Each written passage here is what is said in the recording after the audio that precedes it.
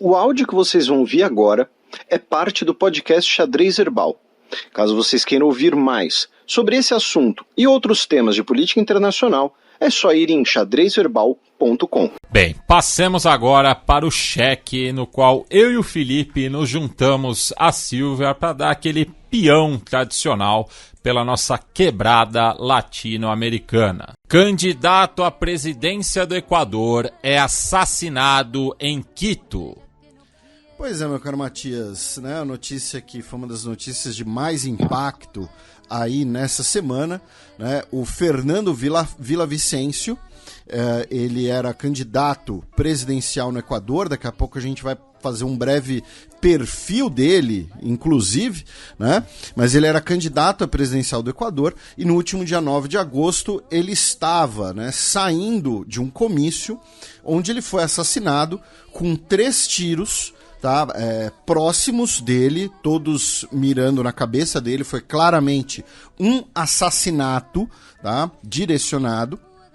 Ele que nas pesquisas presidenciais, né, claro, dependendo do instituto que faz a pesquisa pode mudar um pouco, mas se você colocar ali um agregador das pesquisas, fizer uma média, ele estava ali entre 3º e 5º lugar, né? Em primeiro lugar está, com uma certa vantagem, a Luísa Gonzalez, que é a candidata de esquerda, né, a candidata do correísmo, por assim dizer. Em segundo lugar está o Sonnenhosner, que foi vice-presidente do Lenin Moreno, mais à direita. E aí, em terceiro lugar, está mais ou menos estavam, né, empatados o Villavicencio e o Iaco Pérez. O Iaco Pérez, né, que é do movimento que o Villavicencio, inclusive, foi um dos fundadores, né? E aí a gente vai falar aqui um pouco, né, do perfil dele, vai falar do impacto desse assassinato nas eleições, vamos falar, né, dos possíveis responsáveis. A gente sempre fala aqui da violência entre gangues. O Equador se tornou um grande ponto de tráfico né, por conta da sua logística ali. O porto de Guayaquil se tornou muito importante para o tráfico de drogas. E nós temos a nossa queridíssima Silvia Colombo, que eu e você sempre, né, dissemos que admiramos o trabalho dela, que deve ser talvez uma das poucas jornalistas brasileiras, se não a única, que entrevistou o Villavicencio, né? Então já interagiu com ele. Então, Silvia, né, primeiro, muito bem-vindo, obrigado, você que está gravando à distância esse programa. E, por favor, né, fique à vontade aí para nos brindar com todo o conhecimento que você tiver sobre o Villavicencio. Não se preocupe com o tempo, porque aqui é o Xadrez Herbal. Tá certo. Bom, olá, Matias e Felipe, é uma alegria estar com vocês outra vez nesta semana. Dessa vez não estou aí no estúdio, estou aqui em Buenos Aires, mas com os olhos abertos pelo Xadrez Verbal aqui na Argentina, onde muita coisa está acontecendo. A gente logo vai contar mais. A morte do Fernando Villavicencio espantou a todos. De fato é um evento gravíssimo, né? A gente faz lembrar outros assassinatos de presidentes latino-americanos ou de candidatos a presidentes latino-americanos na história recente. A gente tem alguns, né? A gente teve o Luiz Carlos Galán Sarmiento na Colômbia, a gente teve o Luiz Colosio no México. Todos eles têm as suas particularidades, né? E o próprio vice, né, do Galán, o Gaviria, que foi alvo de um atentado do avião da Avianca, né? Porque ele estaria a bordo naquela ocasião. Exatamente, ele escapou por pouco ali, porque ele ia embarcar naquele avião, não embarcou, e o cartel de Medellín derrubou aquele avião, matou um monte de outros inocentes ali. Enfim, essa violência política que a gente parecia ter se despedido dela, de alguma forma, tá mais do que presente, né? O Fernando Villavicencio, quando eu o conheci, foi, né, cobrindo eleições no Equador, e ele era um jornalista tido por outros jornalistas como um jornalista muito engajado, né, tipo um jornalista ativista, que não buscava meios termos, não buscava assim, aquela tal ponderação, objetividade. Ele tinha uma agenda clara ali contra, muito crítica ao governo do Rafael Correa. E ele estava investigando muito de perto, principalmente os desvios de dinheiro, as possibilidades de que os contratos com a China, contratos com outros países do exterior por exploração de petróleo, exploração de mineraturas no Equador, que havia uns dinheiros aí mal explicados, que estavam desaparecendo. Isso acabou sendo a base dos processos de corrupção pelos quais o próprio Rafael Correa acabou tendo que responder, e a razão de fundo pela qual ele é considerado um condenado, um fugitivo da justiça hoje, e que está exilado na Bélgica. Na Bélgica, exatamente. Agora, uma coisa muito curiosa nessa época, a gente convivia com esses nossos colegas equatorianos, e o medo era uma coisa muito grande, né, com relação à liberdade de expressão. Eu tenho um amigo lá, que é o cartunista Bonil, que ele já foi processado várias vezes, acabou escapando e tal, mas o Bonil, por exemplo, ele fez uma charge mostrando a medida de busca e apreensão na casa do Villavicencio, que era uma charge, ele mostrando os policiais entrando, revirando tudo e tal. O governo mandou chamar o dono do jornal, e esse cara foi respondendo à justiça, e a determinação era que o Bonil tivesse que refazer a charge. Aí o Bonil refez a charge, mostrando os policiais entrando na casa do Fernando Villavicencio, mas super bem educados. Assim, tipo, boa tarde, gostaria de ver isso, gostaria de ver aquilo. Ou seja, ele acabou dando o recado, né, de que aquilo era um abuso, de forma engraçada, mas cumprindo a lei, né? Enfim, a determinação de mudar a charge. Então era um território da maluquice, de fato, né? E depois desse episódio, o Villavicencio se refugiou ali dentro do próprio Equador, enquanto vários outros diretores de jornais iam para Miami, se autoexilavam de alguma forma, mas o Villavicencio continuou ali, publicando do modo que ele podia, por meio de um blog, por meio de revistas alternativas, e foi nesse contexto que eu o conheci. Agora, esse Fernando Villavicencio que a gente vê hoje já é um Fernando Villavicencio que entrou na política, que assumiu um cargo de deputado, que assumiu algumas bandeiras, que esteve caminhando um pouco mais para o centro, né? Porque mesmo que você seja uma pessoa progressista num país como o Equador, dominado pelo correísmo, você é levado ao centro, se você quer ser crítico ao governo, né?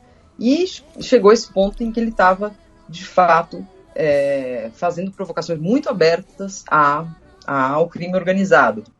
E você citou também, né, essa questão da polarização ideológica, né? E daí, inclusive, uma das coisas mais procuradas no Google em relação ao Fernando Villavicencio é se ele era de esquerda ou de direita, mas dá para cravar que ele era de centro, né? Porque antes mesmo do Correa assumir a presidência, ele também tinha ganhado notabilidade no meio jornalístico por investigar e denunciar, né, os governos do Jamil Mahuad e do Gustavo Noboa. Eu acho que sim, Matias. Eu acho que ele estava preocupado com reformas no país, né? E daí a gente vê, por exemplo, o vínculo que ele tinha com os indígenas, com a melhoria do modo de viver dos indígenas. Embora esse também seja um tema que é de divisão entre os próprios indígenas, eu sempre o vi, assim, desde essa época, como um sujeito preocupado com a democracia, com as instituições democráticas, com os direitos dos indígenas, mas não admitindo, não abraçando, obviamente, uma camisa, uma bandeira esquerdista propriamente dita, né? Tanto que as campanhas dele sempre foram com relação à corrupção do governo e com relação a esses abusos contra a liberdade de imprensa. Então, eu acho que ele era um democrata, porém de centro, né? Não encaixaria, não colocaria nele um rótulo de direitista. Direitistas tem outros no Equador, né? O próprio Lasso, que é um conservador nos costumes, enfim. A gente tem nessa própria eleição um candidato que é mais afim aí do mundo bolsonarista, mileísta, que é o Ian Topic. O Villavicencio estava longe de ser isso. Eu acho que o centro seria o melhor lugar para dando um pitaquinho, o Villavicencio, ele também ele publicou um livro criticando a crescente presença econômica chinesa, né, no Equador. Então, sim, né, acho que acaba dialogando um pouco com isso. E, assim, uma coisa que acho que acaba influenciando muito pro brasileiro, que aí é um problema às vezes, né, é que ele era um claro defensor da Lava Jato, né, em relação aos escândalos de corrupção, como o Silvia mencionou, né, da Odebrecht e tal, claro. e lá, né, só que aí é aquela coisa, né, aqui no Brasil você tem uma visão da Lava Jato, lá no Equador você tem outra, mas às vezes acaba contaminando, né? Tanto que os bolsonaristas, né, muitos tentaram ali colocar, né, que ele teria sido assassinado pelo Foro de São Paulo, né, coisa assim e tal, mas é outro contexto político, outra realidade, né? Então é bom lembrar isso também. Eu sempre gosto de... Obviamente esses paralelos são necessários para a gente entender as questões, esses pontos em comum, mas eu gosto sempre de ressaltar o contexto local, né? E o contexto local é de um país que havia vivido algumas décadas de pura instabilidade política, com presidentes que haviam tido 2 ou 3, ou até 1 ano de governo, até vir o Correia, que foi uma força homogênica ali no poder, né, que melhorou a vida de muita gente, tentou vários pontos a se elogiar, mas que foi crescendo em autoritarismo, em corrupção e tudo isso, e foi criando essa oposição, que era uma oposição... aí você não sabe dizer bem se é a direita ou a esquerda do Correia, né, porque aí você tem que avaliar se o Correia estava na esquerda ou da direita, enfim, por isso que vale entender o contexto da época, né, do momento, né. Mas eu me lembro de ter ido cobrir, não o julgamento do Villavicencio, mas o desses diretores do El Comércio, que estava o Correia lá na audiência, sentado, tipo, como querellante, se diz em espanhol, não sei como se diz em português, mas como uma parte, a parte que se considera atacada, hostilizada por aquele jornalista. Ou seja, era uma pressão muito grande a que fazia o Rafael Correa contra os meios de comunicação. E ainda, né, tratando dessa questão ideológica, né, o Villavicencio foi eleito nas últimas eleições parlamentares em 2021 para a Assembleia Nacional pela Aliança Honestidade, que era formada, né, pelo Movimento Concertación de Direita e o Partido Socialista Equatoriano de esquerda, né? E como o Felipe tinha falado, né, ele foi um dos fundadores do movimento Pachacutic. Ele também, né, eu até estava comentando em off com a Silvia, que eu lembrava do caso, né, dos 3 jornalistas que se refugiaram na Amazônia equatoriana na década passada, mas não associava o nome, né? Eu acho que massachar dessa questão de se ele era de esquerda ou direita e como é que ele se posicionava, eu acho que tem essa questão agora mais premente, que é o crime, né? O que significa esse crime? Um crime de sicariato, né, basicamente, em que um grupo de criminosos ali, que a gente está agora descobrindo mais ou menos quem de que força pertence, né? Parece ser agora da força Los Lobos, mas o fato de existir no Equador esse tipo de ataque, né, no meio de uma campanha, os sujeitos entram em moto, dão 3 tiros na cabeça do presidente, ferem outras pessoas, isso tudo é espantoso e de fato não tinha acontecido no Equador até hoje. É um país que vem tendo problemas de violência crescentes nos últimos anos, isso é inegável, mas que neste específico ano parece ter saído a situação do controle, tanto que levou o próprio Guillermo Lasso a chamar a morte cruzada, a destituir o Congresso, dizer que ele mesmo ia sair. Muito dessa decisão tem a ver com as rebeliões nos cárceres, nas prisões, que estão tomados pelos cartéis que atuam no Equador hoje. O Equador, que antes era apenas um lugar de passagem, né, do narcotráfico, das rotas de imigração, hoje é também um país que recebe cartéis do México, facções da Colômbia. Há um cartel albanês que trabalha no Equador há mais de 12 anos. Enfim, há uma espécie de Pablo Escobar da Albânia preso numa prisão equatoriana. E esses cartéis de origem equatoriana ganharam muita força. Então é uma outra situação, né? É um elemento a mais a ser adicionado a essa instabilidade histórica do Equador.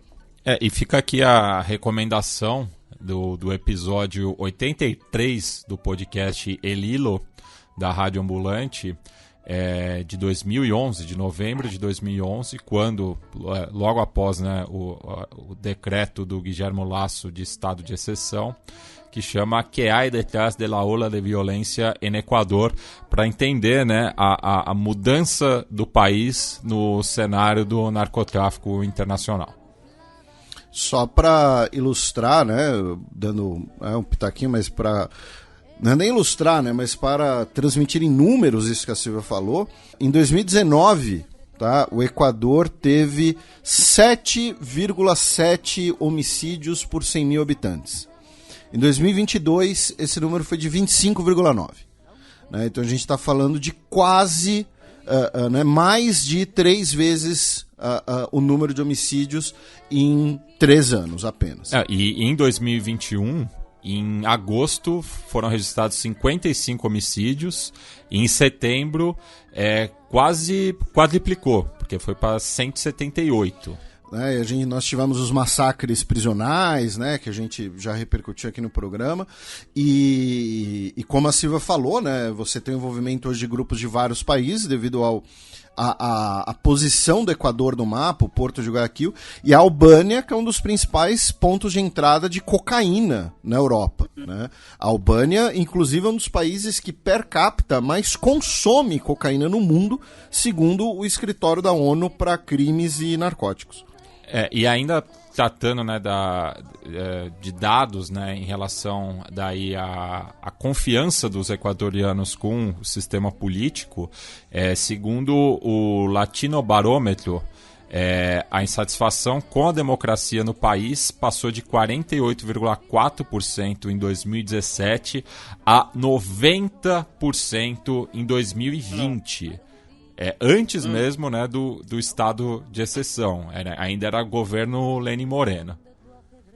Isso a gente pode ver quando a gente lê e recebe os relatos dos colegas que estão cobrindo ali as fronteiras e as rotas de imigração ilegal, que é nítido o aumento do número de equatorianos que estão fugindo, que estão imigrando ilegalmente aos Estados Unidos, né? Eles estão se aproximando quase ali ao fluxo da população haitiana ou mesmo da população venezuelana. Eles fogem muito, porque qual é o efeito de um grupo de narcotráfico numa região de campo, rural, no Equador? Obviamente não é o consumo do narcotráfico, e sim os efeitos dessa chegada desse poder alternativo, desse poder criminoso no lugar. Né? Enfim, há mais extorsão, há sequestros, as pessoas têm que fechar os seus comércios mais cedo, têm que esconder seus filhos para que não sejam sequestrados por essa força.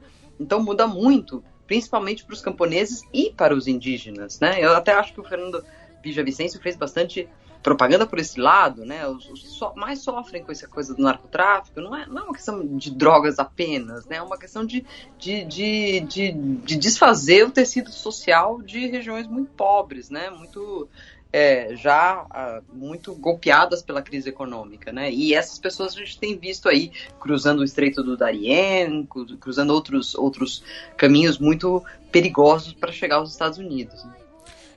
E Silvia, falando das eleições propriamente, né, cujo primeiro turno vai ser realizado no domingo, daqui a 2 domingos, né, no dia 20, que projeções dá para fazer, né? Só lembrando, né, que no sistema eleitoral equatoriano, o candidato que tiver mais de 10 pontos percentuais sobre o segundo e mais de 40% dos votos válidos pode já ganhar no primeiro turno, algo que ocorre em outros países da região. É até meio parecido com o sistema argentino, embora não igual, né? Na Argentina é 45% dos votos mais um, né? Ou mais de 10 votos entre um e outro.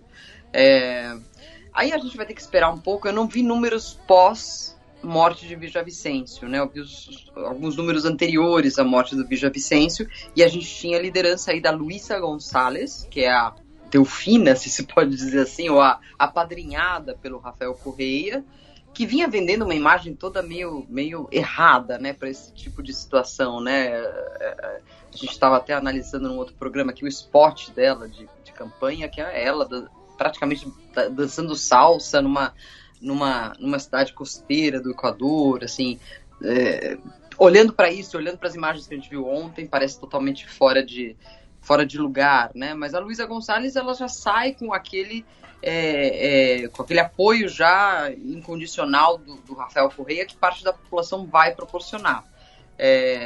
Agora, todos sabem que ela é uma marionete do Rafael Correa, ou pelo menos uma comandada do Rafael Correa, que está segurando esse discurso. Rafael Correa ainda não se manifestou muito. Ele fez alguns comentários, mas não fez uma defesa clara do que ele acha com relação a esse novo cenário, e está bancando a Luísa Gonçalves, que até então era a favorita, segundo as sondagens iniciais. Mas eu tendo a achar, e aí eu pergunto para vocês também o que vocês acham, que um fato como esse acaba favorecendo, dando impulso a candidaturas que estão mais ligadas nesse tema da segurança, de uma espécie de uso da mão dura, do enfrentamento frontal, bélico, a esses cartéis e a essas rebeliões dos presídios, né? E aí, se for por aí, a Luísa Gonçalves deve perder talvez um pouco dos votos, e quem ganharia seria o Otto, a quem eu chamo apenas de Otto, porque, diferentemente do Felipe, eu não sei falar o sobrenome dele, ou até mesmo do Jan Topic, que seria essa alternativa mais à extrema-direita, né? Não sei o que... E curioso que o próprio Iaco Pérez, né, que foi o terceiro candidato mais votado nas últimas eleições, mudou um pouco o discurso também, né, indo mais para essa linguagem de mão dura, né? Sim. Ele que vem vendendo um pouco já essa ideia, né, de vencer a criminalidade. Enfim, o que eu posso dizer a partir das coisas que eu li sobre as sondagens e pesquisas antes, que já aparecia a violência e a segurança como a principal preocupação dos equatorianos. Essas crises nas prisões é algo relativamente recente no Equador. Não é como no Brasil, que a gente já tem esse problema há mais de 20, 30 anos, enfim. Essa coisa de ter os capos do crime nas prisões e que eles comandam o crime desde lá, enfim. Essa é uma situação meio nova no Equador. Então, os candidatos que surgem com uma fórmula ou com algum tipo de proposta nessa área estão tendo uma certa visibilidade. E falando também da violência política no Equador, cabe lembrar também o assassinato do candidato à Assembleia Nacional pela província de Esmeraldas, em julho do ano passado, o Rider Sánchez, né, que foi o último crime desta natureza no Equador. Sim, e se não me engano, de um candidato a prefeito da cidade de Manta, né? Mantua, que é uma cidade de litoral, enfim. Vai ficando parecido um pouco com as eleições mexicanas, né? Embora também não goste de generalizações, mas que durante a campanha, as campanhas no México, você vê vários candidatos ou prefeitos ou autoridades locais caindo, né? Sendo assassinados, o que é uma demonstração de degradação aí do tecido social da sociedade. E ontem, a candidata à Assembleia Nacional, Stephanie Puente, ela foi alvo de um ataque também na cidade de Quevedo, tá? No Equador, um ataque a tiros, no caso. Então, para juntar aí nisso que a Silvia estava comentando, né, dessa aproximação, digamos assim, com o México. E também né, a Silvia mencionou das relações entre a Luísa Gonçalves e o Rafael Correa. Numa entrevista no início de julho, ela disse claramente que pretende colocar o Rafael Correa como seu principal conselheiro, né, digamos assim, seu principal assessor, e mencionou a possibilidade, né, de um perdão a ela. Embora, né, dando tentando, né, assim, colocar um outro elemento, essa acusação de eventualmente ser um fantoche do Correa também era feita ao Lenin Moreno, né? E o Lenin Moreno foi pro caminho completamente oposto, né? O Lenin Moreno, que era vice do Correa. Sim, ele se pôs como uma pessoa, se impôs como uma pessoa rebelde ao Moreno, né? Ao Correa. A gente até ironizou na época que seria uma espécie de estelionato eleitoral, né? Sim, totalmente. Depois o Moreno pediu dinheiro pro Fundo Monetário, arrumou aquele problema ali com os indígenas em 2019, enfim, e o Correa se afastou dele. E isso poderia ter acontecido depois também, porque estava competindo com o Lasso Andrés Arauz, que era também uma espécie de marionete do Correa, que perdeu no final pro Lasso, e que hoje é o candidato a vice-presidente da Luísa Gonçalves. que se mostra também como marionete. Você, nesse spot que eu comentei, que eu acho até meio curioso, até de mau gosto, ela aparece dançando salsa, dizendo eu sou muito inteligente, eu gosto de Correia, não sei o que, aparece o Correia fazendo aquele gesto de eu estou olhando para você, marcando com os 2 olhos, os 2 dedos, assim, tipo, estou aqui, estou de olho em você e tal. Então tá muito claro que se ela vencer vai ser uma gestão muito vinculada ou vigiada pelo Correia. E aí, voltando rapidinho infelizmente, né, pro assassinato do Fernando Villavicencio, uma outra questão, né, a Silvia ela comentou ali da presença dos grandes cartéis, né? Nós tivemos a detenção, né, de... primeiro, assim, uma coisa que a gente ainda não comentou, mas que é algo, né, muito impactante. O sicário, né, usando o termo que a Silvia usou, né, o cara que assassinou o Fernando Villavicencio, ele foi detido e meia hora depois morreu na prisão. Tipo, queima de arquivo. Pois é, os outros presos que teriam matado ele, embora já se desconfie até mesmo de uma cooperação de eventuais, né, policiais corruptos e tal. Até por conta disso, o governo Guilherme Lasso, né, decretou um estado de emergência, né, um estado de exceção, e solicitou uma cooperação, uma delegação do FBI, a Polícia Federal dos Estados Unidos, para auxiliar nas investigações, devido justamente à suspeita de corrupção nas investigações desse assassinato. E aí nós tivemos 6 suspeitos presos de envolvimento, e os 6 suspeitos são colombianos, né? Não são cidadãos equatorianos, são colombianos. E um pouco depois, um vídeo da facção Los Lobos, né, mostrando os caras ali cobrindo o rosto, portando fuzis, e, enfim, os criminosos, reivindicou o assassinato, né, afirmando que o Villavicencio teria supostamente feito um acordo e não teria cumprido os termos desse acordo, embora esse vídeo, né, a autenticidade desse vídeo seja questionada.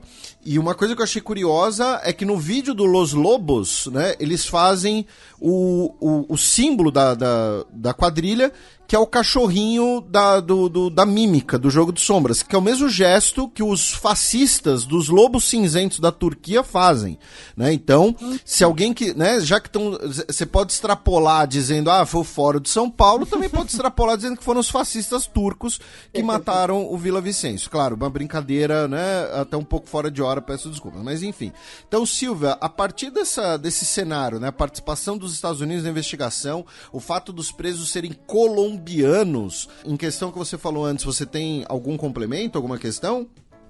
Eu acho que essa participação de colombianos em crimes transnacionais, assim, já não é exatamente uma novidade. A gente já viu, né, em outros casos. O Moise no Haiti. O Moise no Haiti, enfim, até, enfim, diz o Maduro que as pessoas que tentaram matar ele na Colômbia eram, na Venezuela, eram manietadas aí, ou até levadas a seus atos por milícias ou paramilícias ou dissidentes colombianos, né? Enfim, aí é algo a estudar, e eu acho que aí há um espaço para o jornalismo investigativo estudar, que a Colômbia passou por vários processos de paz nos últimos tempos, né? A gente já falou disso em várias ocasiões aqui. E isso deixa muita gente com muita experiência de combate, de experiência militar, né? Entre os paramilitares, as guerrilhas, que acabam virando, oferecendo seus serviços, né? Em outros países. Eu não acho muito louco, muito fora de propósito imaginar que esses colombianos mercenários estejam de fato atuando em outros países, né? Com essa facilidade relacionada à porosidade das nossas fronteiras, né? Eu lembro sempre daquele investigador paraguaio que estava investigando Horácio Cartes, o caso Ronaldinho, etc., que foi para Cartagena com a mulher e chegou lá o PCC, mas não sei quem, mas os próprios grupos colombianos, e foi assassinado lá, na praia, em Cartagena. Então, eu acho que esses grupos internacionais estão cada vez mais internacionais, de fato, né? Enquanto os governos ainda estão um pouco hesitantes em fazer essas associações internacionais. Os colombianos, de fato, a gente tem que entender que eles estão aí nesse contexto do crime internacional. Para a gente fechar aqui o Equador, né, e passar para a Colômbia, né, continuar na Gran Colômbia, ontem, dia 10, o Supremo Tribunal Federal, o STF, aqui do Brasil, né, estendeu a nulidade das provas apresentadas pela empresa Odebrecht, no caso relacionado à Lava Jato, ao processo que envolveu o ex-vice-presidente do Equador, o Jorge Glass, né? O Jorge Glass, ele ficou preso por 5 anos, numa condenação que foi baseada, né, nesses documentos, nesses depoimentos, e que agora foram declarados ilegais. Tá? A resolução foi do ministro Dias Toffoli, tá? E seguiu, né, a linha o precedente de decisões recentes sobre a ilegalidade de evidências dos procuradores da Lava Jato. Então a gente falou agora, né, de Lava Jato, Odebrecht, combate à corrupção, tudo isso que envolvia, né, o trabalho como jornalista do Fernando Villavicencio, e por uma coincidência tivemos essa notícia também em relação a isso nessa semana. E agora não sei, né, como é que fica essa questão do Jorge Glass ter sido preso, né, por algo que agora nós tivemos as provas declaradas ilegais. E lembrando que no dia 20, no Equador, além das eleições gerais, que vocês já comentaram, nós também vamos ter um referendo sobre a exploração de petróleo no Parque Nacional de Assuní. Né? O Parque Nacional de Assuní tem uma área ali de quase 10 mil quilômetros quadrados, fica no extremo leste do Equador, perto da fronteira com o Peru, né? E é uma região de Amazônia, né? De mata amazônica. E aí eu estou citando isso porque a gente vai falar, né, sobre a cúpula da Amazônia e tudo mais. O referendo é uma iniciativa popular exigida pelas comunidades indígenas, né? Essas iniciativas populares são permitidas pela Constituição equatoriana, né, do período do Corrêa, e hoje, pelas pesquisas mais recentes, o sim, ou seja, né, a autorização da exploração do petróleo seria a vencedora, tá? E aí, falando em Amazônia e falando em questões políticas, eu só vou fazer a transição e eu deixo com vocês, mas na Colômbia, o Nicolás Petro, filho do Gustavo Petro, ele recebeu liberdade condicional, tá, pelo juiz Omar Leonardo Beltrán, afirmando que, aceitando o argumento da defesa de que se o Nicolás Petro fosse preso e ficasse preso junto da população, né, dos presos comuns, digamos assim, ele teria sua segurança, sua integridade física ameaçada na prisão. E também em relação a esse caso, essa semana, o Nicolás Petro, desculpem, que é deputado estadual, né, além de filho do presidente, ele afirmou, né, num depoimento na última semana, que o Gustavo Petro, embora tenha se beneficiado, né, do dinheiro dos narcotraficantes na campanha, ele não sabia, né, do dinheiro. O Gustavo Petro não sabia disso.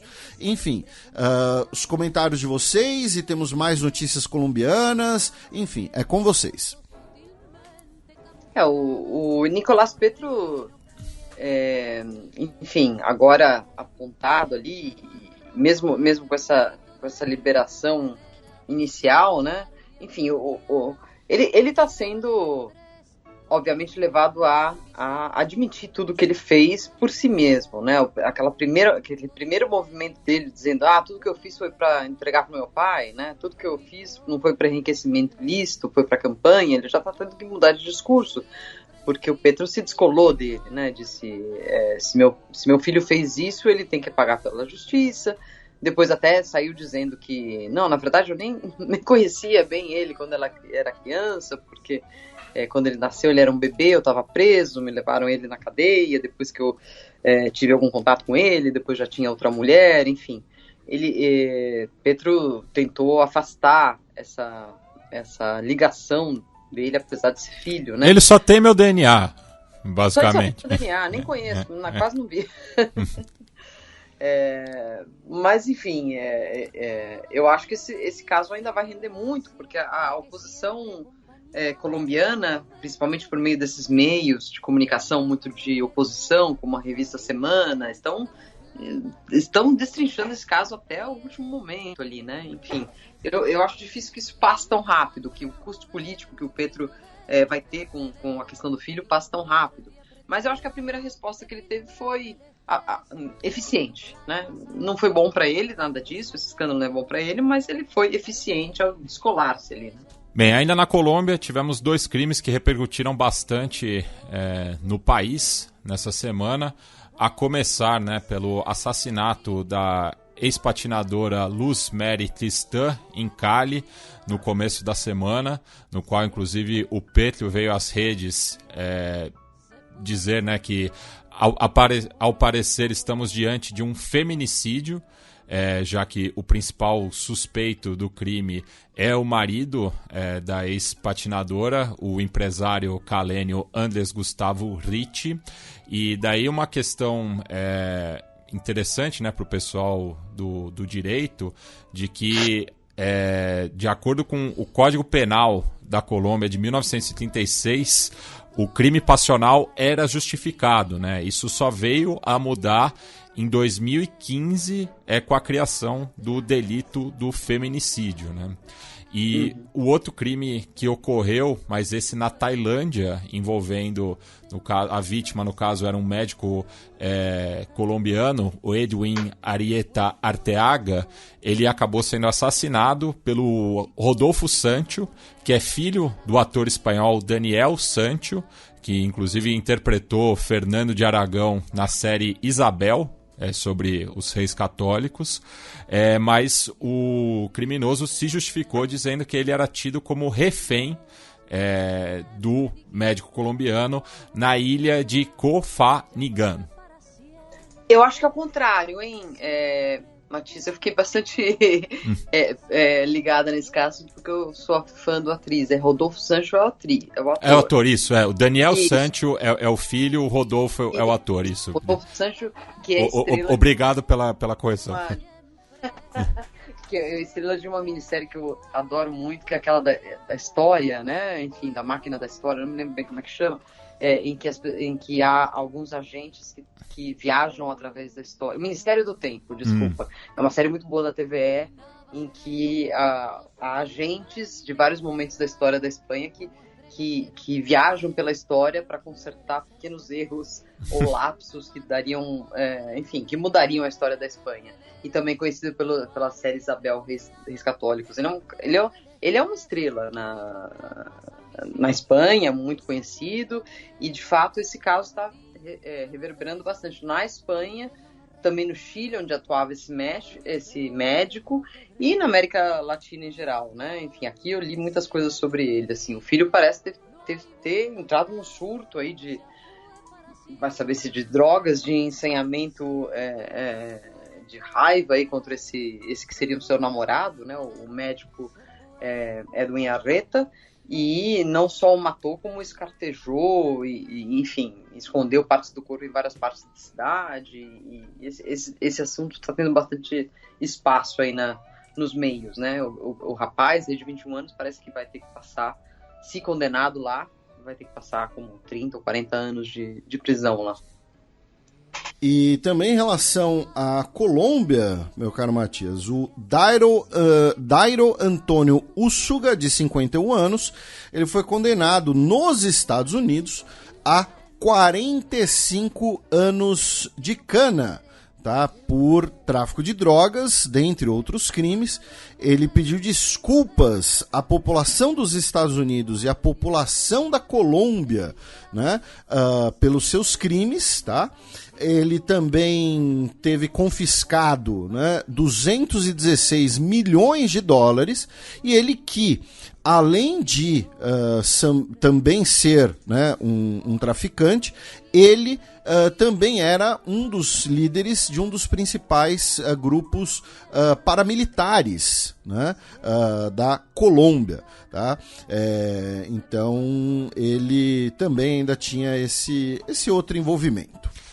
E ainda na Colômbia, agora fechando, o ministro da Defesa Nacional, o Iván Velásquez, junto à cúpula militar e da polícia, se reuniu, né, com o procurador Francisco Barbosa para analisar a informação de um suposto plano do Exército de Libertação Nacional contra a vida do procurador, né? E as medidas que foram tomadas são a verificação das fontes e a blindagem do procurador, né? Lembrando que semana passada a gente tinha repercutido, né, o cessar-fogo do Estado colombiano com o ELN.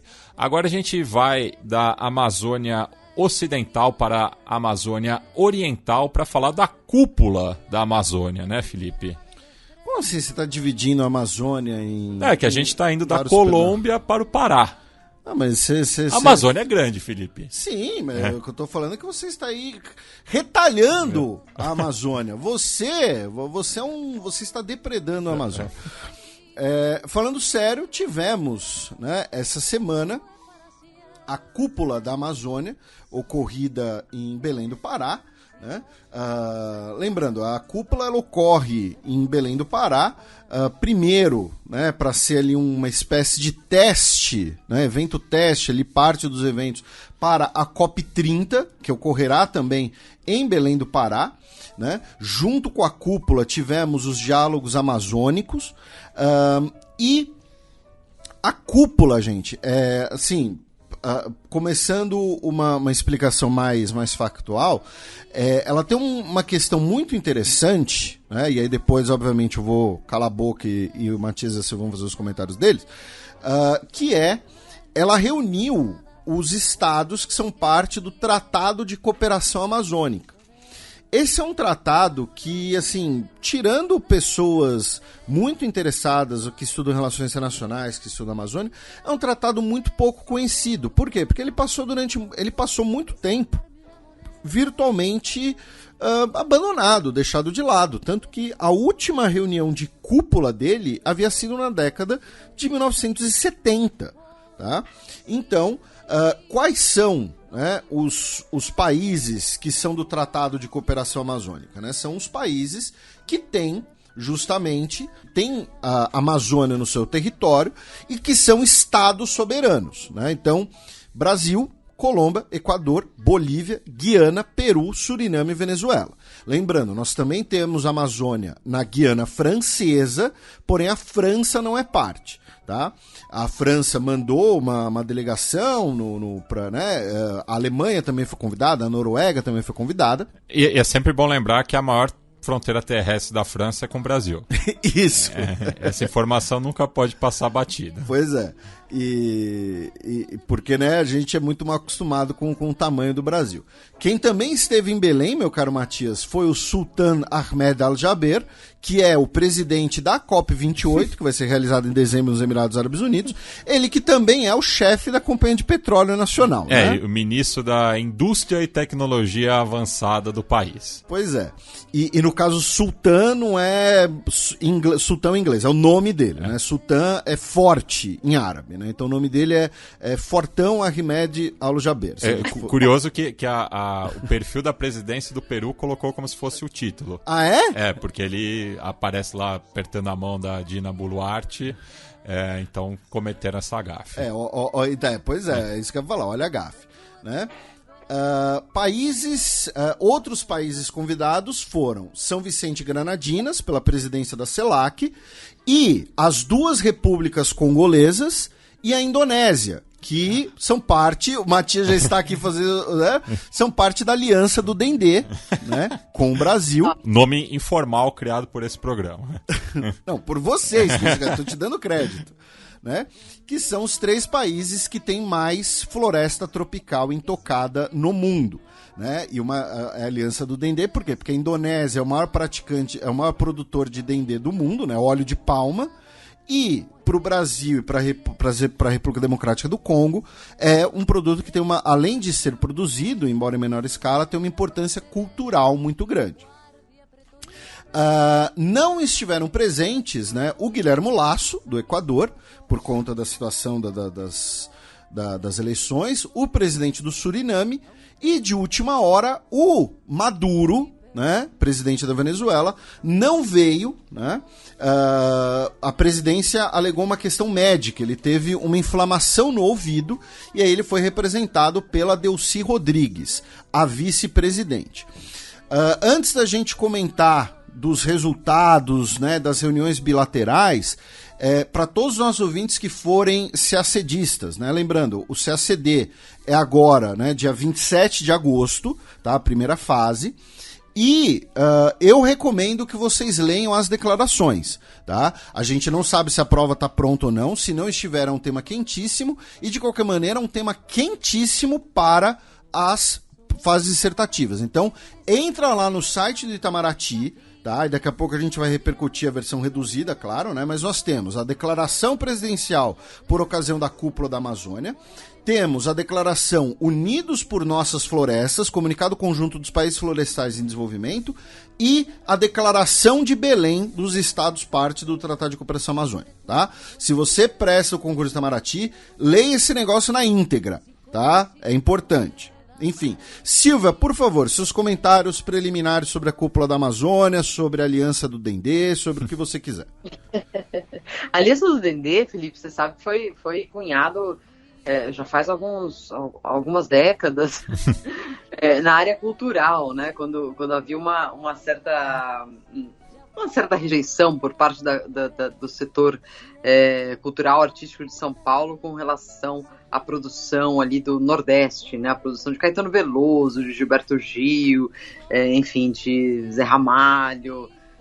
Havia uma bronquinha ali do sudeste roqueiro aqui do Brasil que chamava todos os integrantes dessa movida nordestina de máfia do Dendê, né? Eu conheço mais essa expressão por esse lado. Então, agora não é uma máfia, agora é uma aliança.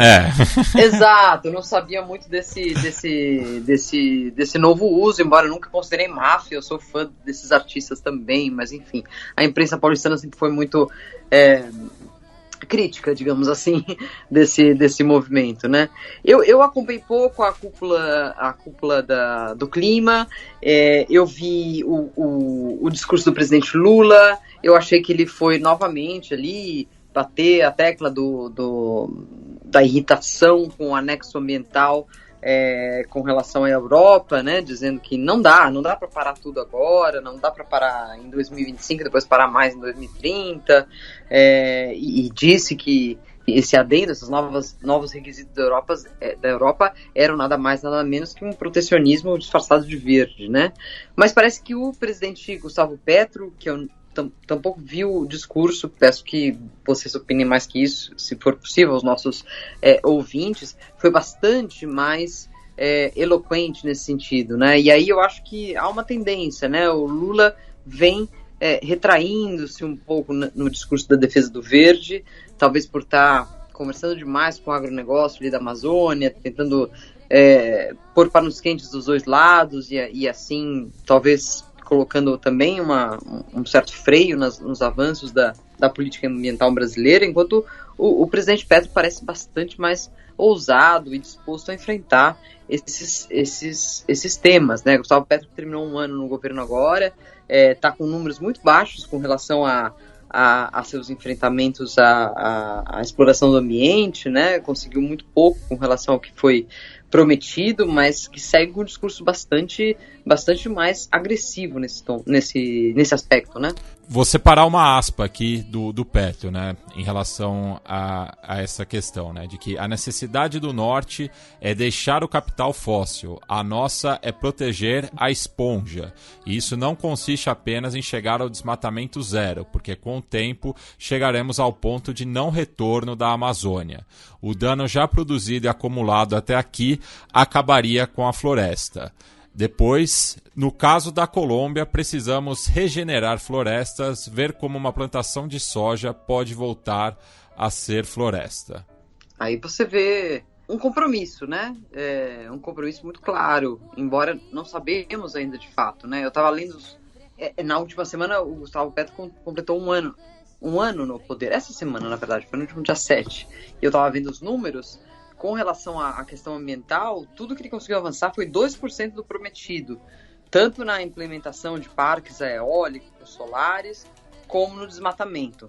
Então, sim, as palavras são muito bonitas, são ótimas para serem divulgadas nesses fóruns internacionais, mas mesmo o Petro, apesar dessas palavras, está devagar nesse plano, né? Num assunto que a gente já está muito atrasado.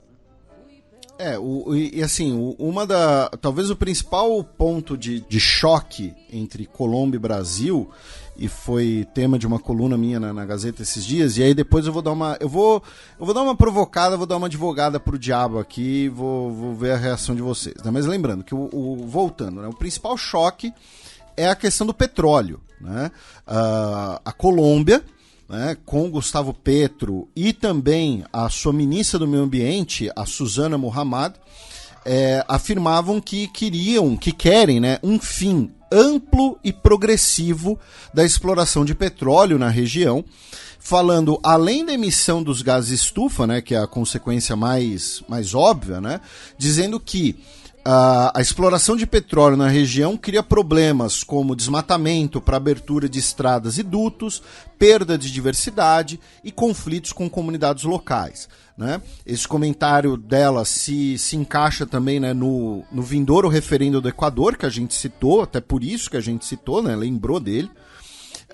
E no Brasil, né, nós tivemos recentemente, né, especialmente ali em maio, né, salvo engano, né, nós tivemos aquele choque, né, sobre a exploração de petróleo na foz do Amazonas, né, na bacia da foz do Amazonas, né, que aí de um lado ficou a Petrobras e o ministro de Minas e Energia, Alexandre Silveira, do outro lado o IBAMA e a ministra do Meio Ambiente, a Marina Silva, né, o Randolfo Rodrigues, que é um senador justamente, né, da região, né, do Amapá, né, também se pronunciou. Aí é aquela coisa, não, mas o campo de petróleo é não sei quantos quilômetros da costa, mas aí o IBAMA falou, não, mas o documento não tá correto, enfim.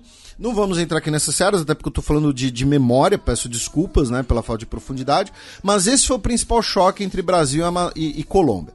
E a provocação que eu queria fazer para vocês é o seguinte: a cooperação internacional em questão climática ela é importantíssima, porque como a gente sempre fala aqui, né, gás, estufa não respeita a fronteira, poluição não respeita a fronteira, né, perfeito.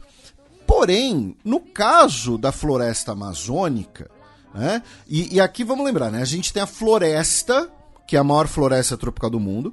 Nós temos a bacia do Amazonas, que é a maior bacia de água doce do mundo, e a bacia sedimentar da Amazônia, né, que aí entra na geologia, que tem um solo riquíssimo, recursos naturais, são três coisas separadas. Mas pensando na floresta, cerca de 58% da floresta amazônica está dentro das fronteiras do Brasil. A Colômbia tem 7% da floresta amazônica. Né? O segundo país que tem mais floresta amazônica é o Peru, com 13. Né? Então o Brasil tem 58, depois vem o Peru com 13, Colômbia e Bolívia com 7, Venezuela com 6, Guiana com 3, Suriname com 2,5, Guiana Francesa com... enfim. A opinião, não é nem opinião, né? Mas os interesses de Brasil e Colômbia na Amazônia, eles podem ter realmente o mesmo peso?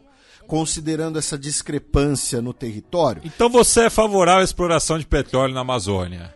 Cara, eu já fui chamado de desenvolvimentista de merda aqui no programa e na nossa faculdade. Então, assim, eu não tô falando, né, aquela coisa... Eu não lembro qual foi o político, né? Teve uma vez que, quando liberaram o petróleo no Alasca, novos postos de petróleo no Alasca, né, algo que é satirizado no filme dos Simpsons, né, teve um deputado lá que falou, né, ele usou uma expressão muito pesada, muito ruim, né, mas ele falou basicamente, violente essa terra, né, que fura petróleo em todo lugar. Não é isso, o que eu tô querendo dizer, a Colômbia fala, olha só, não tem que banir petróleo, tem que banir petróleo na região. Assim, não tem uma discrepância, porque assim, a Colômbia ela está também, ao falar isso, ela está cedendo menos do que o Peru do que o Brasil, porque ela abre mão ali de eventualmente preservar, né, 7% da floresta, enquanto os outros países têm que preservar muito mais. Enfim, essa é a provocação que eu queria fazer para vocês. Puxa, Matias, começa. Eu já fiz a prova, eu já rebati o Felipe. Ele rebateu dizendo que eu sou o Maluf que quer criar a marginal do Amazonas, entendeu? Tem que... Não, isso também não, né? Acho que a gente não pode tirar do Brasil a maior responsabilidade que o Brasil de fato tem, não só porque tem a maior parte da floresta, mas porque é a maior economia da região, né? Enfim... Foi uma boa resposta à minha provocação. O Brasil tem mais responsabilidade. Para mim isso é muito claro. E eu acho que a Colômbia tem os seus limites de atuação também, que são que agora caíram, que, talvez por serem muito recentes, né? Por muito tempo, por incrível que pareça, as guerrilhas colombianas, guerrilhas paramilitares, tudo junto misturado, como a gente falava no outro programa, elas mantiveram a Amazônia, mas também é uma questão polêmica, né? A existência desses grupos criminosos mantiveram a Amazônia colombiana mais preservada que a brasileira, né? Inclusive tem um filme que eu recomendo aos nossos ouvintes que se chama Colômbia Salvaje. Eu acho que se pode encontrar aí no YouTube, embora talvez não no Netflix, que foi um campeão de vendas no ano seguinte do processo de paz, porque ele mostrou uma Colômbia que os colombianos não conheciam, e não conheciam porque o crime organizado, as guerrilhas, o ELN, as FARC, haviam estado lá por muitos, muitos anos e as pessoas não iam lá. Então, mais recentemente, as pessoas começaram a ver, e esse filme mostra muito bem, com imagens maravilhosas de drones e tudo isso, uma Amazônia quase virgem ali, né? Enfim, o que eu quero dizer com isso? Embora a Amazônia seja comum a tantos países, as especificidades dos contextos de cada país também influenciam no modo como elas são preservadas, né? Não sei se responde a tua pergunta especificamente, mas foi o que me ocorreu. Mas é curioso, né? Porque o Lula também, no discurso, ele definiu em relação ao hemisfério norte, né? Daí, assim como o Petro se referiu, mas o Lula definiu como o neocolonialismo verde, né? Essa maneira de tentar tutelar a Amazônia, né? É o protecionismo verde, né? É o protecionismo de antes, disfarçado de boas intenções. E uma outra questão que o Petro também sugeriu, né? Um tribunal de justiça ambiental para julgar crimes na Amazônia, né, dentro do âmbito da Organização do Tratado de Cooperação Amazônica, e também uma cooperação militar, né, para combater os crimes transnacionais na região, né, já que, né, a fronteira muitas vezes é uma fronteira porosa e tal, algo que foi também comentado, né, pelo Darío Mejía Montalvo, que é o presidente do Fórum Permanente da ONU sobre Questões Indígenas, em entrevista à Deutsche Welle, né, que vocês podem conferir em português. Eu não acho loucura. Eu não acho uma loucura nem descabido. Obviamente isso é criar poderes alternativos à própria justiça de cada país, né? Mas enfim, se é um lugar, um rincão do mundo tão abandonado que sequer a autoridade do Estado pode chegar e resolver os conflitos e resolver as questões, os assassinatos, as questões de terra ali, eu não vejo por que não um julgamento, um tribunal local da Amazônia, não vejo por que não. Eu acho que avançaria mais, por exemplo, eu estou acompanhando agora o início do julgamento dos assassinos do Dom Phillips e do Bruno Pereira, e, obviamente, tudo isso é misturado com a burocracia da justiça brasileira e tudo isso não faz com que o julgamento seja mais rápido, mais eficiente. Enfim, talvez um tribunal local conhecendo as pessoas e fazendo com que... não sei aí sobre a questão de dar benefícios, anistias e outras benesses a criminosos, se isso ajudaria ou não. Isso sempre tem que passar por o Congresso, tem que passar por algum outro tipo de aprovação, mas eu não sei por que não um tribunal específico da Amazônia não funcionaria. Eu a princípio, seria a favor. Embora seja uma justiça paralela, de todo modo, né? Nesse sentido, o efeito prático que nós já tivemos, né? Porque vamos lembrar, né, a gente está falando muito das discussões, e na Declaração de Belém, o que nós vamos ter é a criação do Centro de Cooperação Policial Internacional, que vai ser em Manaus, para a cooperação entre as polícias dos 8 países, ou seja, não entre as Forças Armadas, e também a criação do Sistema Integrado de Controle de Tráfego Aéreo para combater o tráfico aéreo ilícito e o narcotráfico, né, a cooperação entre os países.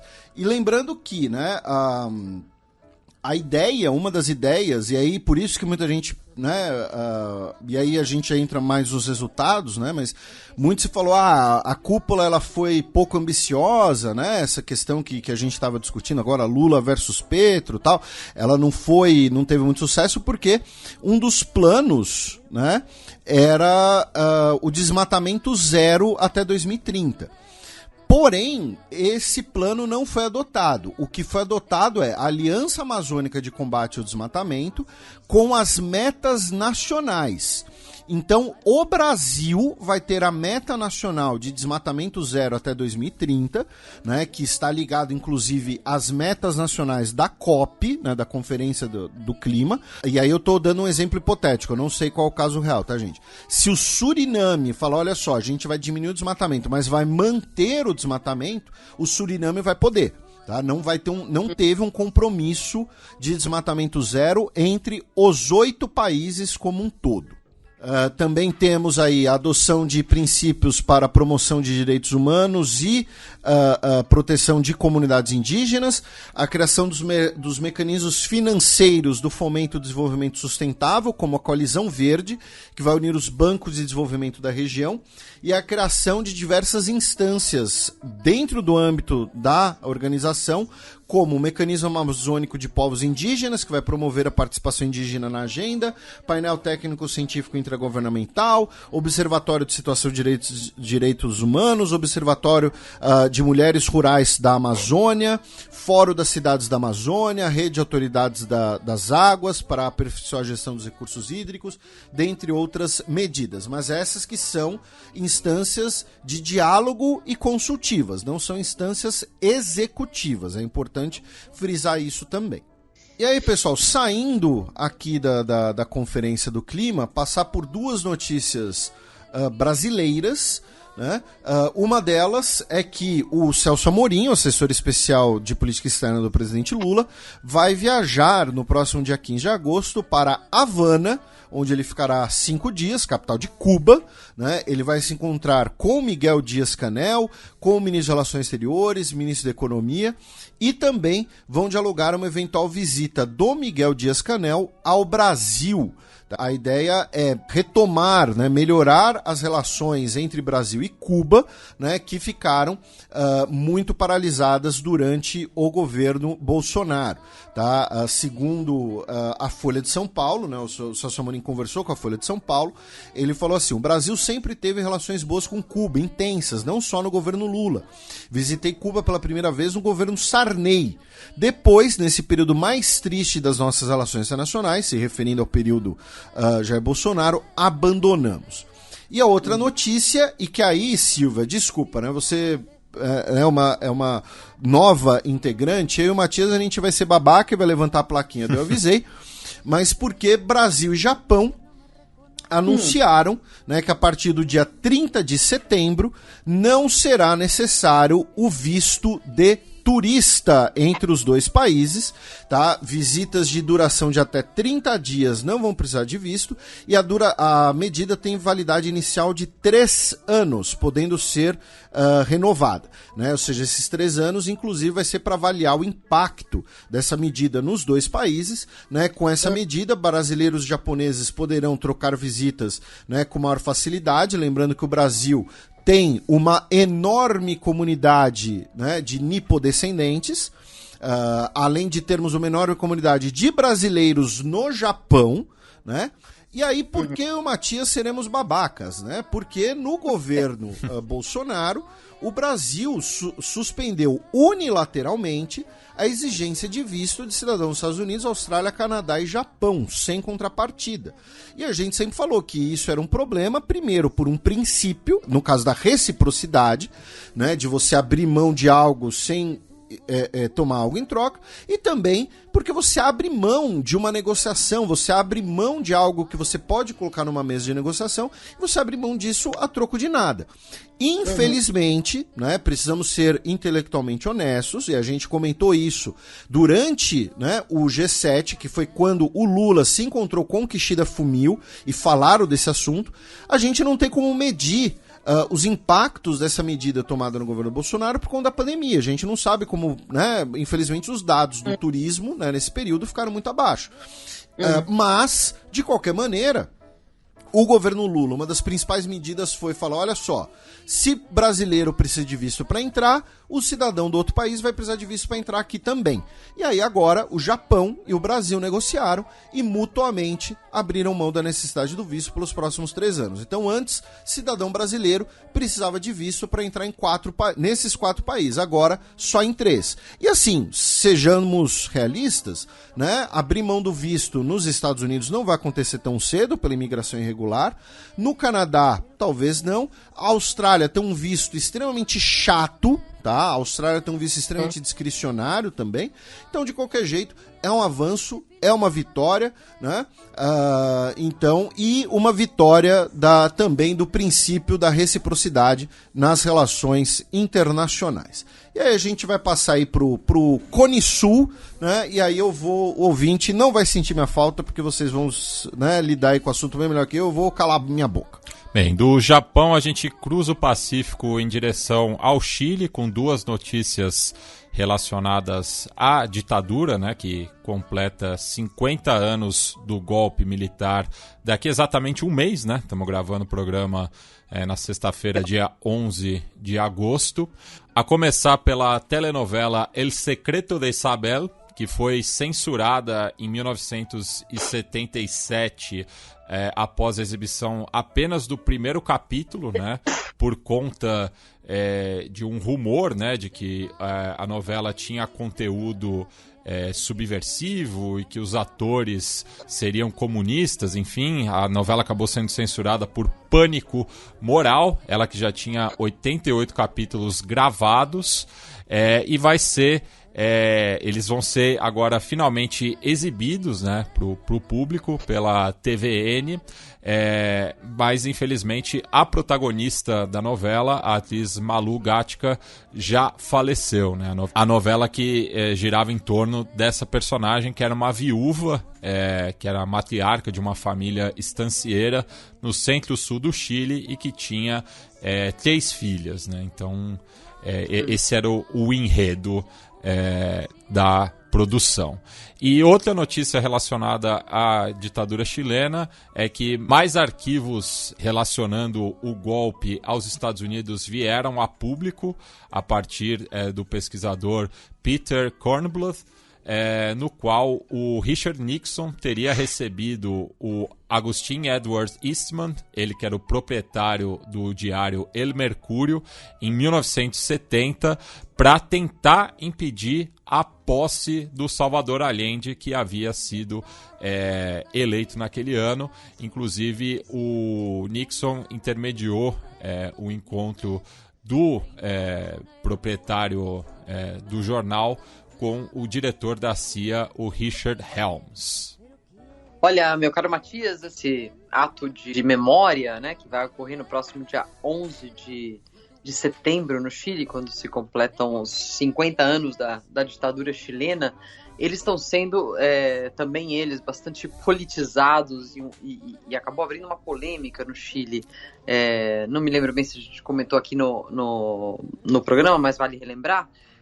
O presidente Gabriel Boric, obviamente, tinha outro plano para essa celebração, queria justamente não só abrir portas a coisas que haviam sido censuradas, mas como fazer propaganda de alguns julgamentos que foram feitos depois do fim da ditadura, que no Chile a gente sabe que foi um processo mais lento, enfim, era todo um evento bastante mais partindo do olhar das vítimas, daqueles que sofreram os abusos do Estado.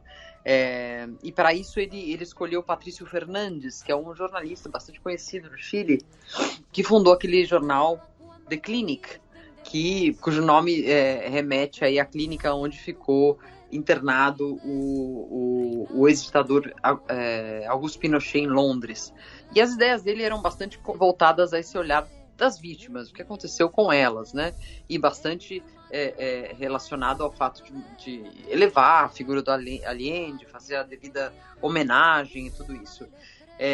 Só que, curiosamente, começou uma série de debates e de questionamentos dos dois lados do espectro político, tanto os direitistas achando que o governo Boric e o Patrício Fernandes estavam levando isso para ser uma comemoração de esquerda, e da própria esquerda, do PC, que está bastante enorrado, digamos assim, bastante bravo com o Gabriel Boric por conta dessa opção dele de caminhar para o centro, né, do espectro político. Inclusive safando-se aí de discussões sobre os ex-genocidas, se vai liberar ou não aqueles que estão... Ex-genocidas não, os genocidas que estão presos em Punta Peuco, se vai liberar ou não, anistias ou não, enfim. A direita começou a ter uma voz grande aí com relação ao que será celebrado, o que será lembrado nesse 11 de setembro. O Patrício Fernandes, esse jornalista que eu mencionei, acabou caindo fora disso, e o Boric também resolveu desassociar um pouco a sua imagem dos atos de memória da ditadura. E isso acabou ficando agora com os diferentes ministérios. Então, o que vai acontecer no dia 11 de setembro é algo muito curioso. Obviamente vai ter um tom mais à esquerda, vai ter um tom mais de tentar resgatar a memória daqueles que desapareceram, dos estimados 3 mil desaparecidos na ditadura, mas também vai ter a voz daqueles que acham que isso tudo foi um ato de subversão, que havia um atentado contra as instituições e contra a cultura e o modo de viver do Chile. Então, a gente pode prever que esse 11 de setembro talvez seja um pouco mais polarizado do que a gente imaginava. O que não é uma coisa muito, muito agradável, nem simpática, porque afinal é aniversário de um ato bárbaro que implementou uma ditadura sanguinária no Chile, né?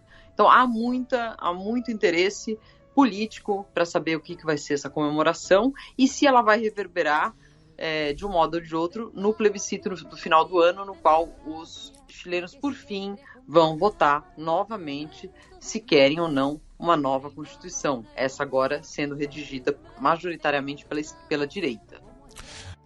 Antes do Matias passar para a Argentina, eu só queria lembrar, né, a todos os nossos ouvintes o lugar onde Pinochet está, sentadinho no colo do capeta, esse que é um dos maiores crápulas, um dos seres mais desprezíveis que já pisou nessa terra.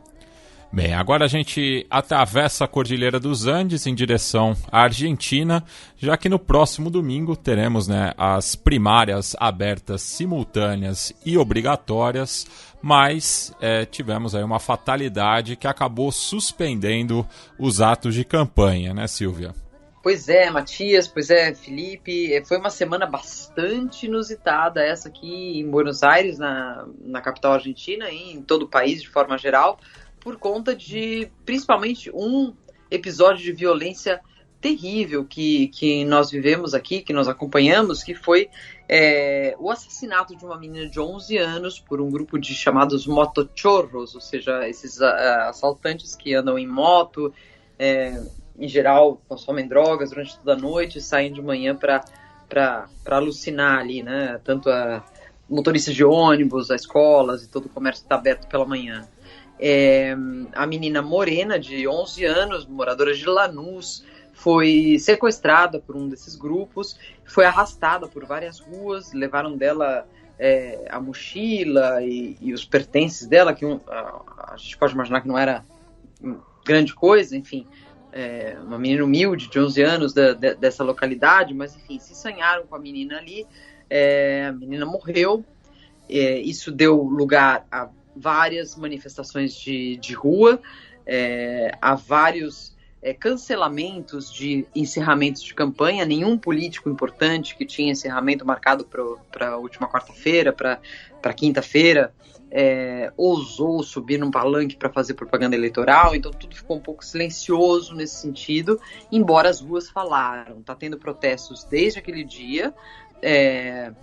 A segurança que era já uma das preocupações maiores dos argentinos para essas eleições, saltou ali para primeiro lugar, quase empatando ali com a economia e com a inflação. Todo mundo só fala de segurança aqui, embora eu sempre acho bom colocar as coisas nos devidos lugares, né?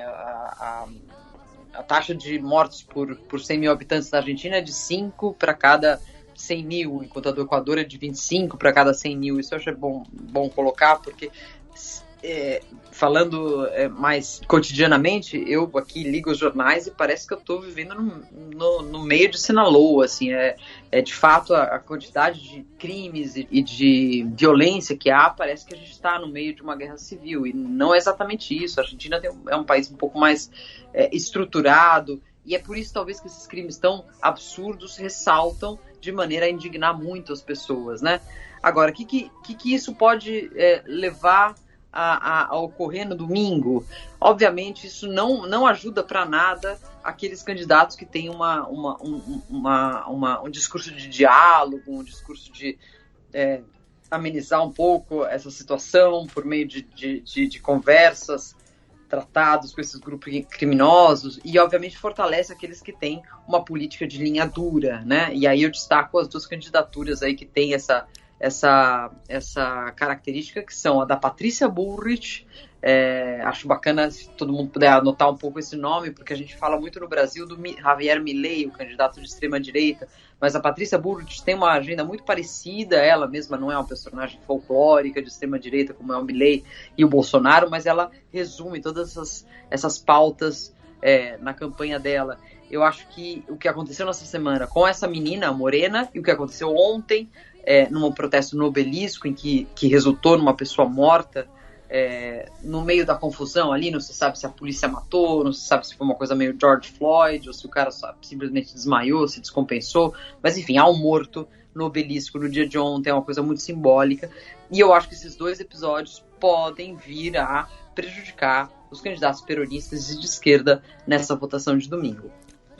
Na última segunda tivemos um evento de campanha do Juntos por el Cambio, que foi celebrado no Clube Hípico Alemão de Palermo, né, no qual estava presente o Maurício Macri, já que ele estava também participando do evento de campanha do primo dele, o Jorge, para a chefatura, né, do governo da cidade de Buenos Aires, no qual está disputando aí nas primárias contra o Martín Lustó, que tem o apoio não explícito do Rodrigues Larreta, que participou junto com a Patrícia Bullrich desse evento de campanha, né, tentando aí apaziguar um pouco o ânimo do setor, vamos dizer, macrista, né? Enquanto que no domingo passado, no ginásio do Ferrocarril Oeste, no bairro de Cabalito, tivemos também um evento de campanha do Sérgio Massa,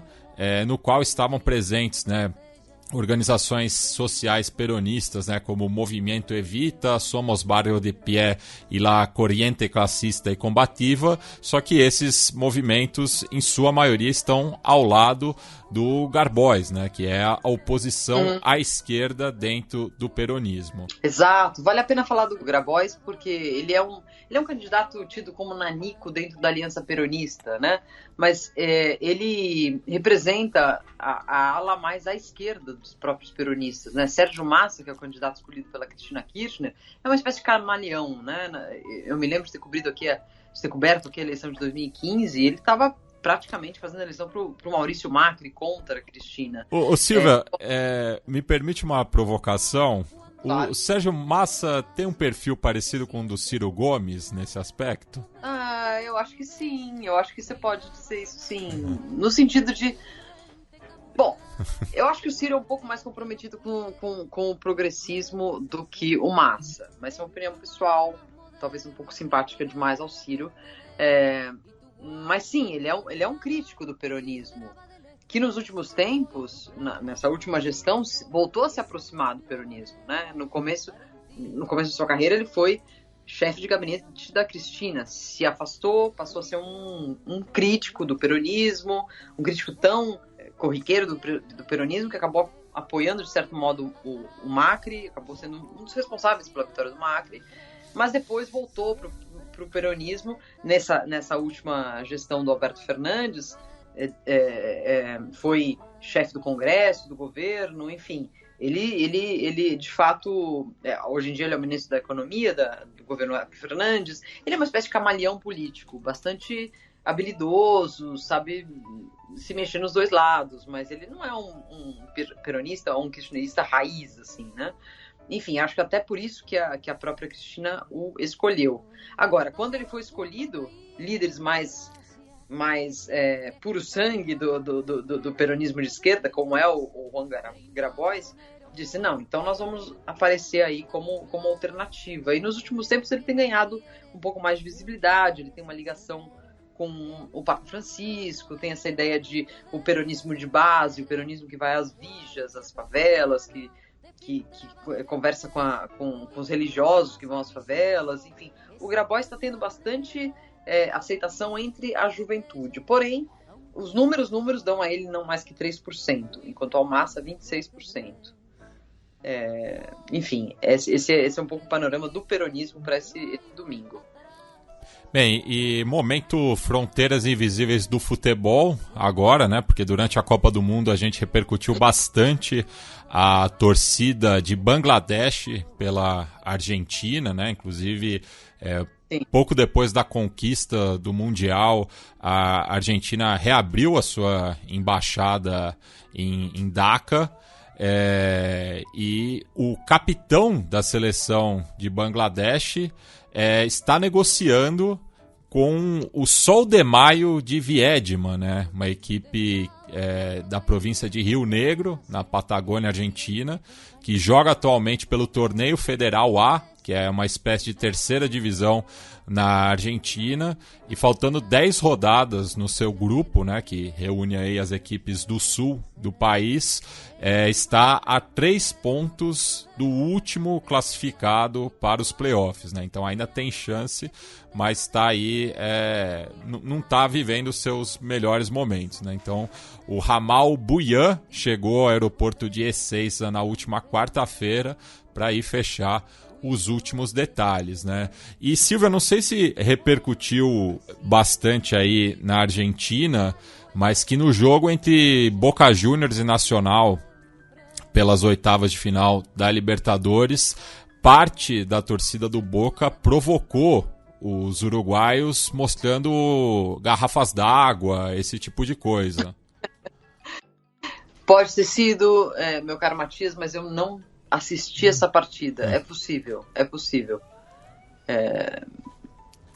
Enfim, o que eu vi foi nos últimos jogos entre clubes brasileiros e argentinos, brasileiros rasgando notas de peso. Não sei se isso é equivalente ao que você está dizendo. Sim, inclusive a Agência de Prevenção de la Violência no Deporte da província de Buenos Aires, a APREVID, enviou, né, um documento para a Confederação Sul-Americana de Futebol, a Conmebol, dizendo, né, que se esse tipo de provocação ocorrer em estádios da província de Buenos Aires, como é o caso do Racing Clube de Avejaneda, que pode enfrentar o Palmeiras numa virtual semifinal, os torcedores que forem identificados podem ser banidos dos estádios da província de Buenos Aires, né? Mas enquanto isso eles completamente ignoram, né, manifestações racistas ou xenófobas. Infelizmente estive ontem no Morumbi, né? Não testemunhei